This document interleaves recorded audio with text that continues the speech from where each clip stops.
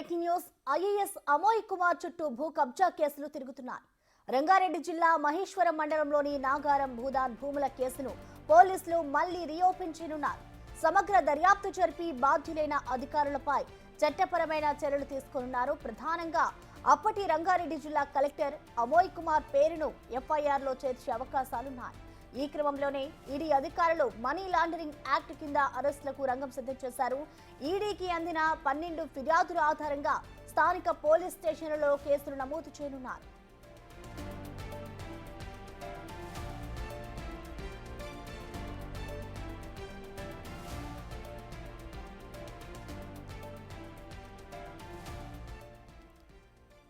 IAS Amoy Kumar చుట్టూ భూ కబ్జా కేసులైతే తిరుగుతున్నాయి. రంగారెడ్డి జిల్లా మహేశ్వరం మండలంలోని నాగారం భూదాన్ భూముల కేసును పోలీసులు మళ్లీ రీఓపెన్ చేయనున్నారు. సమగ్ర దర్యాప్తు జరిపి బాధ్యులైన అధికారులపై చట్టపరమైన చర్యలు తీసుకున్నారు. ప్రధానంగా అప్పటి రంగారెడ్డి జిల్లా కలెక్టర్ అమోయ్ కుమార్ పేరును ఎఫ్ఐఆర్లో చేర్చే అవకాశాలున్నాయి. ఈ క్రమంలోనే ఈడీ అధికారులు మనీ లాండరింగ్ యాక్ట్ కింద అరెస్టులకు రంగం సిద్ధం చేశారు. ఈడీకి అందిన 12 ఫిర్యాదుల ఆధారంగా స్థానిక పోలీస్ స్టేషన్లలో కేసులు నమోదు చేయనున్నారు.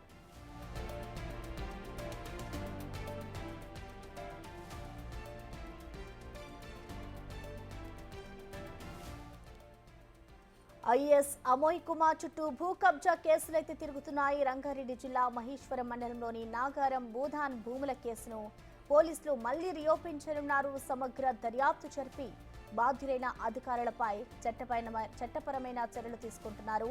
ప్రధానంగా అప్పటి రంగారెడ్డి జిల్లా కలెక్టర్ అమోయ్ కుమార్ పేరును ఈ ఎఫ్ఐఆర్లో చేర్చే అవకాశాలున్నాయి.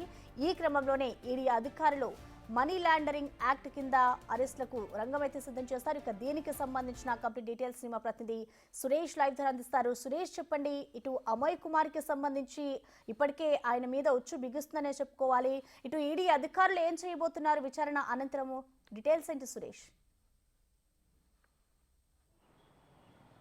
భూదాన్ భూములను ప్రైవేటు వ్యక్తులకు రిజిస్ట్రేషన్ చేయడంపైనే అమయ్ కుమార్ని విచారిస్తున్నారు ఈడీ అధికారులు. దీనికి సంబంధించి ఆయన స్టేట్మెంట్ అంతా కూడా రికార్డ్ చేశారు. ఆయన స్టేట్మెంట్ ఆధారంగానే 3 రోజుల క్రితం తెలంగాణ డీజీపీ జితేందర్ను కలిసి ఈ కేసులకు సంబంధించి మహేశ్వరం పోలీస్ స్టేషన్లో నమోదైన కేసును సివిల్ నేచర్ ఉందని చెప్పేసి క్లోజ్ చేయడం పట్ల మళ్ళీ రీఓపెన్ చేసి ఆ కేసులో ఇన్వెస్టిగేషన్ చేయాలి. అమయ్ కుమార్ పాత్ర ఉంది. అమయ్ కుమార్ ఇచ్చిన స్టేట్మెంట్ను కూడా తెలంగాణ పోలీసులకి అందించడం జరిగింది ఈడీ అధికారులు. దీనికి సంబంధించి ఏం చేయబోతున్నారు ఫర్దర్గా, ఎందుకంటే ఆర్డీఓ స్టేట్మెంట్ రికార్డ్ చేశారు, అమయ్ కుమార్కి సంబంధించిన స్టేట్మెంట్ రికార్డ్ చేశారు.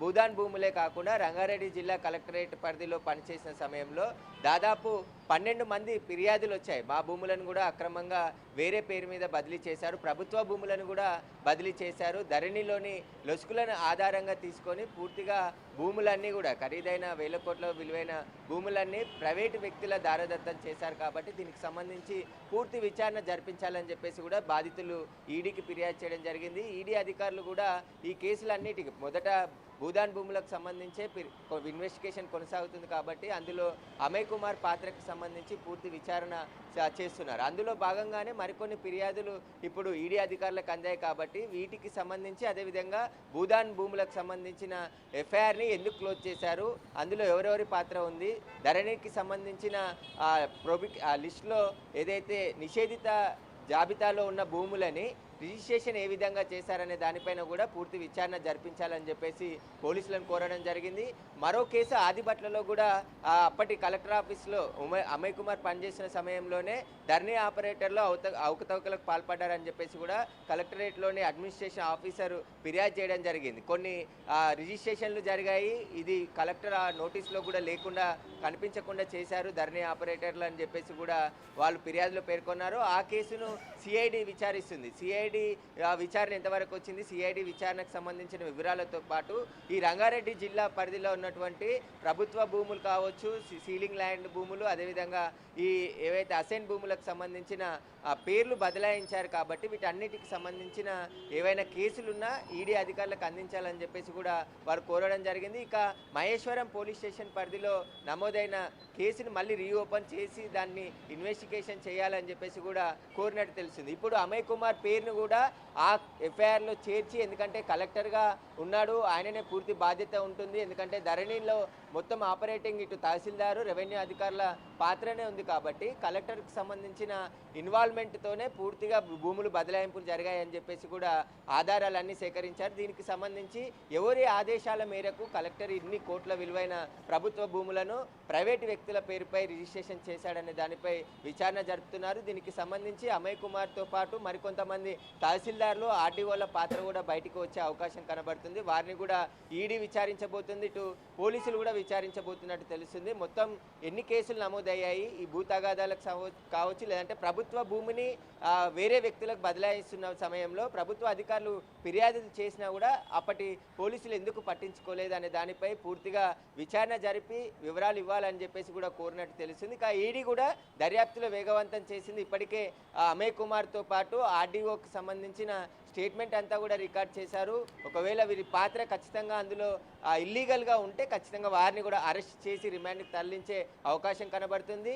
ఇంకా వీరు ఏ విధంగా లబ్ధి పొందారు, ఎందుకంటే పెద్ద ఎత్తున వేల కోట్ల రూపాయల విలువైన భూములన్నీ కూడా ప్రభుత్వ భూములన్నీ కూడా వేరే ప్రైవేట్ వ్యక్తులకి రిజిస్ట్రేషన్ చేశారు కాబట్టి వాటికి సంబంధించిన పూర్తి ఆధారాలు సేకరించి వీరు వారి నుంచి ఎలాంటి ప్రయోజనాలు పొందారు, ఎవరికి ప్రయోజనం చేకూర్చారు, వీటన్నిటికి సంబంధించిన విచారణ ఈడీ చేస్తుంది. ఇటు ఈడీ విచారణ కొనసాగుతుండగానే ఇప్పుడు పోలీసులు కూడా కొన్ని కేసులు పెండింగ్లో ఉన్నాయి, లేదంటే క్లోజ్ చేసిన కేసులన్నిటిని కూడా విచారణ చేయాలని చెప్పేసి ఈడీ అధికారులు కోరడం జరిగింది. అందులో భాగంగానే మహేశ్వరంలోని నాగారం భూములకు సంబంధించి భూదానికి సంబంధించిన భూములను వేరే వ్యక్తుల పేరు మీద కొంతమంది ఆఫీసర్లు కూడా లబ్ధి పొందే వారి పేరు పైన కూడా భూములు రిజిస్ట్రేషన్ చేసుకున్న ఆరోపణలు ఉన్నాయి కాబట్టి వాటన్నిటికి సంబంధించి పూర్తి విచారణ జరిపించాలి. అదేవిధంగా రెవెన్యూ రికార్డ్స్లో గత కొన్ని సంవత్సరాల నుంచి భూదాన్ భూములు, ప్రభుత్వ భూములు అన్ని రికార్డ్స్ ఉన్నప్పటికీ కూడా ఎలా బదలాయింపులు జరిగాయి అనే దానిపై ఈడీ దృష్టి పెట్టింది.